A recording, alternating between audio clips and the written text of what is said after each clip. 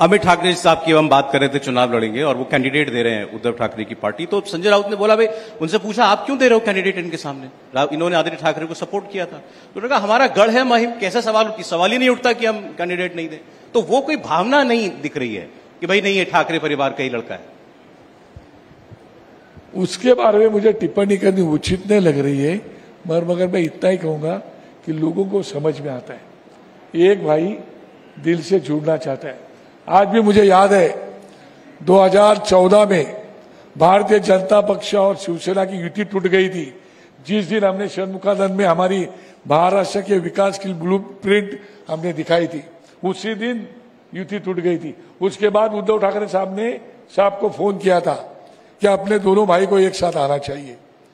उद्धव जी ने किया था? हाँ, उनको जाके पूछिए, इंटरव्यू में बोला और पूछिए उनको, उन्होंने फोन किया था। उन्होंने फोन करने के बाद साहब ने मुझे बुलाया कि बोला अरे उद्धव साहब का फोन आया है, अपने को साथ में आना है, तू काम पे लग जा। मैं बोला अच्छा ठीक है। 3 रात मैं सोया नहीं, युति का कैसा होगा, क्या होगा, वो सीट का बंटवारा, कौन सा सीट उनका, कौन सा सीट हमारा, उसका सब 3 दिन करके रखा। फिर उन्होंने दूसरे दिन और 2 लोग भेजे, जिसमें ये बाजीराव दांगेड़ के भाई है, बाजीराव दांगेड़ साहब, वो आए थे, वो देशमुख साहब एक आए थे, उन्होंने घर पे भेजे। तो उन्होंने बोला कि अभी उद्धव साहब ने कल आपको फोन किया था, अभी आप फोन कर दो उनको। तो साहब को मैंने बोला फोन कर दो। फिर साहब ने उनसे फोन पे बात किया, फिर उन्होंने बताया कि ऐसा करो। तो साहब ने बोला कि भाई अभी अगर अपने को दोनों को अलायंस करना है तो आपकी तरफ से कौन बात करेगा।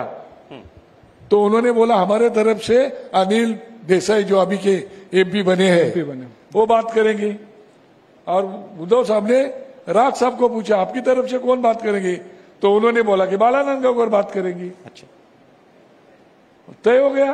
फिर हुआ क्या? उन्होंने ये किया गेम हमारे साथ, वो विश्वासघात किया, धोखा दिया हमको। क्यों? कि हम बीजेपी के साथ अलायंस ना करें। आप यकीन नहीं करेंगे, 26 तारीख का दिन लास्ट था फॉर्म भरने का, 3 बजे का फॉर्म भरने का लास्ट टाइम था। इन्होंने मुझे 25 तारीख के 6 बजे तो कुछ न करते करते अनिल देसाई बोल रहे, आखिर में मेरे को साहब मेरे ऊपर भड़क गए।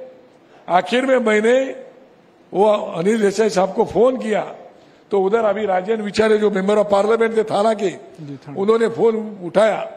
फोन उठाने के बाद मैंने बोला अरे वो क्या कर रहे हैं तुम्हारे अनिल देसाई। अभी तो मैं वो भाषा नहीं बोल सकता हूं कि मैंने क्या बोला हो, पर मैंने बोला अरे भाई तुमको युति करनी है नहीं करनी है, नहीं करने तो छोड़ दो, मुझे मुंबई से गढ़चिरौली तक सावंतवाड़ी तक ये भी फॉर्म देने हैं और आप लोग क्या मजाक समझ रहे हो। मुझे पता है कि हम लोग बीजेपी के साथ ज्वाइन ना हो जाए, हमारे बीजेपी की युति ना हो जाए, उसने अपने हमारे साथ गेम किया, या ऐसे विश्वासघात के लोग हैं। आप सीधा आरोप लगा रहे हैं उद्धव ठाकरे ने। सही बात है, उद्धव ठाकरे ने राज ठाकरे के साथ विश्वासघात किया। मैंने बोल दिया है, एबीपी माझा पे बोला है, जी चो सब पे जो है वो है। अनिल देसाई को बुलाओ, उसको पूछो, राजेंद्र विचारे को बुलाओ, उसको पूछो, उद्धव साहब को बुला के पूछो ना, जो है वो है। वो बाजीराव दांगड़ को बुलाओ, वो देशमुख साहब को बुलाओ, जो प्रूफ जब के है उनको बुलाओ। आप पूछे, इंडिया टीवी बहुत बड़ा चैनल है। तो राज ठाकरे साहब ने फिर क्या कहा, उनसे कुछ बोला? उसके बाद में तो छोड़ दिया हमने, तो मेरे सही के महीने बाद में ये भी फॉर्म दे दिए गढ़चिरौली तक का। चलो हो गया जो हो गया। एक ही बार ये मौका आया कि जब दोनों साथ में आने की कोशिश कर रहे थे कि उसके बाद मैंने बहुत कोशिश किया। एक ही बार आया कि कई और बार हुए ये बात? उसके बाद में इतना होने के बाद 2017 के महानगर पालिका इलेक्शन में मैं खुद माथुर से गया था। माथुर से जाके मैंने प्रपोजल दिया था कि दोनों भाई साथ में आना चाहिए। ये पूरे मराठी लोगों को तो मालूम है, मगर मुंबई में रहने वाले और महाराष्ट्र में रहने वाले सबको मालूम है कि बाला नंदगांवकर ने क्या कोशिश किया है। क्योंकि मेरे माँ बाप ने मुझे जन्म दिया, मगर मेरा जो कर्म है वो बाला साहब ने दिया है। हम उस कुटुंब से आए हैं। हमें लगता है कि वो जो चल रहा है वो ठीक नहीं है, करके मैं गया था। जब पहली बार के बाद कुछ नहीं हुआ। जब पहली बार आप लोग चुनाव लड़े, विधानसभा के 13 विधायक जीते, तब राज साहब का बड़ा फेमस डायलॉग था कि एक मारा लेकिन सॉलिड मारा। लेकिन उसके बाद से हम देखें नांदगांवकर साहब की ग्राफ जो है एमएनएस का, वो नीचे आ रहा है। और जिस मुद्दे के साथ वो चुनावी मैदान में आए थे, बार बार मुद्दे भी बदल जाते हैं। कभी उत्तर भारतीय मुद्दा हो जाता है, कभी हिंदुत्व मुद्दा हो जाता है। कोई एक मुद्दा एमएनएस अपना नहीं पा रही है और ग्राफ नीचे गिरता जा रहा है। वजह क्या है इसके पीछे? नहीं, एक पहली बात याद रखना कि हमारे 13 एमएलए चुन के आए थे, उसका गठनेता मैं ही था। जब कोई संधि अपॉर्चुनिटी अपने को मिलती है तो उस अपॉर्चुनिटी का फायदा हमने भी लेना चाहिए। जब राज ठाकरे साहब ने हमें एमएलए बनाया तो हमारी भी तो जिम्मेदारी थी पूरे महाराष्ट्र में घूम के पार्टी को बढ़ाना, कार्यकर्ता को जोड़ना, पार्टी के जो भी कोई धोरण है वो बताना। हम लोग कब पड़ गए ना, कार्यकर्ता तो अपने साहब के साथ जुड़े ही थे, हम लोग ही खुद कम पड़ गए। और उसके बाद में कुछ कुछ बातें ऐसी हो गई। देखो, राज ठाकरे के साथ में मराठी भी जितना है उतना, वो तो जो फैमिली चाहिए उसमें तो मराठीपन तो है, मगर हिंदुत्व तो भी उनमें कड़ में भर चुका है उनके उसमें। मगर बात यह हो गई कि देखो, हमने 2006 में जब पहली सभा हमारी मुंबई में शिवाजी पार्क में हुई थी, तभी उन्होंने बोला था कि मुंबई एक छोटा है, ये आइलैंड है।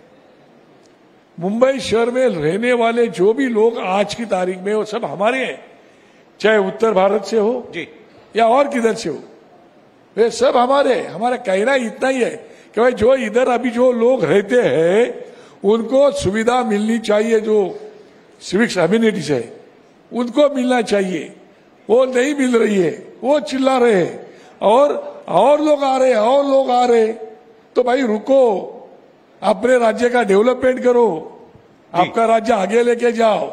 इतना ही नहीं, नरेंद्र मोदी प्राइम मिनिस्टर बनने के बाद उनकी ये पहली मांग थी कि मोदी जी आपको हमारे महाराष्ट्र में और राज्य में पैसा मत दो, सबसे ज्यादा पैसा पहला देना है तो उत्तर प्रदेश, बिहार, झारखंड और तुम्हारा छत्तीसगढ़, उधर ज्यादा पैसा दो, वो राज्य डेवलप करो। जी, जी, जी। ये उनकी मांग थी। इसका मतलब वो चाहते थे कि वो राज्य विकसित हो जाए, वो राज्य विकसित होके उधर के लोग इधर ना आए, अपना राज्य आगे डेवलप करें।